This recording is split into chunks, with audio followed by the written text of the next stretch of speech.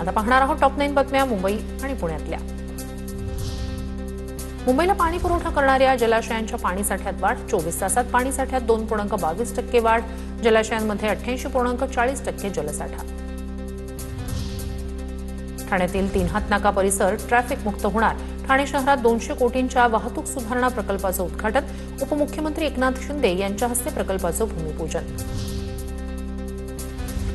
मुंबईत रस्ते आणि सार्वजनिक ठिकाणी कचरा टाकणं पडणार महागात, मुंबई उच्च न्यायालयानं दिले या संदर्भातील महत्त्वाचे आदेश, तक्रारींसाठी मोबाईल ॲप सुरू करण्याचा न्यायालयाचा महापालिकेला सल्ला।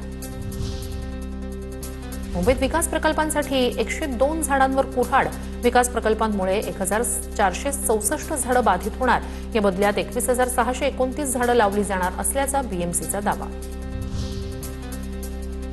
पुणे महापालिकेकडून भर पावसात भिंतीवर रंग लावण्याचं काम, भिंतीवर दिलेला रंग पावसाच्या पाण्यात वाहून गेल्याचाही फोटो समोर, बिबवेवाडीच्या आदिनाथ सोसायटीच्या मागच्या भिंतीवर सुरू होतं काम।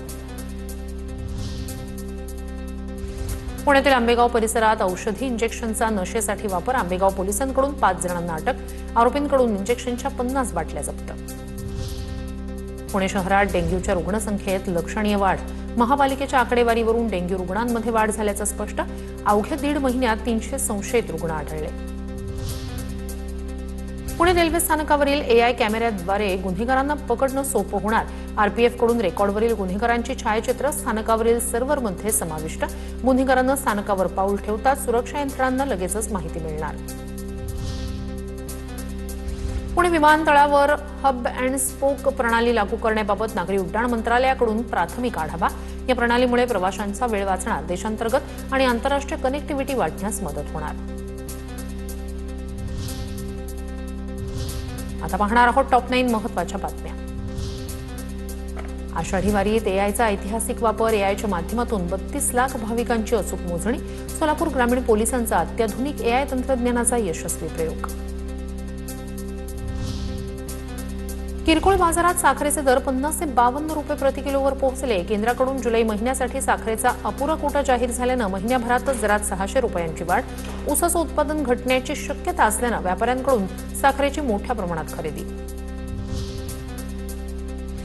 गणेशोत्सवासाठी कोकण रेल्वे मार्गावर 11 सप्टेंबरपासून 13 विशेष रेल्वे गाड्या धावणार, छत्रपती शिवाजी महाराज टर्मिनस ते सावंतवाडी पर्यंत विशेष ट्रेन धावणार, दिवा स्थानकावरून चिपळूण आणि खेडसाठी मेमू स्पेशल ट्रेन।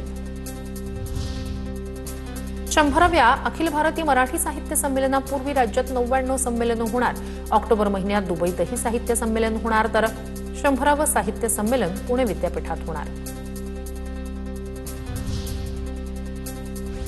सोयाचा आप बनवतानाचा किळसमणा व्हिडिओ समोर, व्हिडिओनंतर नेटकऱ्यांकडून संताप व्यक्त, ग्राहकांच्या आरोग्याशी खेळ करणाऱ्यांवर कारवाईची मागणी। महाराष्ट्र सीईटी कक्षाकडून बी आर्किटेक्चर प्रवेश नोंदणीला 28 जुलैपर्यंत मुदतवाढ, प्रवेश प्रक्रियेसाठी राज्यभरातून 6160 विद्यार्थ्यांकडून नोंदणी। मंत्रालयात आता दर गुरुवारी एआयचा वर्ग भरणार, मंत्रालयातील अधिकारी कर्मचारी यांना डिजिटल तंत्रज्ञानाचं प्रशिक्षण देणार, एआय, क्लाउड, सायबर सुरक्षेचंही प्रशिक्षण देणार। पुण्याच्या आंबेगावमध्ये मोफत लाईव्ह टीव्ही पाहण्यासाठी ॲप डाउनलोड करणं महागात पडलं, सायबर चोरट्याकडून पुणेकरांची 99,000ची फसवणूक। सांगलीत चांदोली धरणातून पाण्याचा विसर्ग सुरू, वारणा नदीकाठच्या गावांना सतर्कतेचा इशारा, चांदोली धरणातून वारणा नदीपात्रात 3400 क्युसेक वेगानं पाण्याचा विसर्ग सुरू।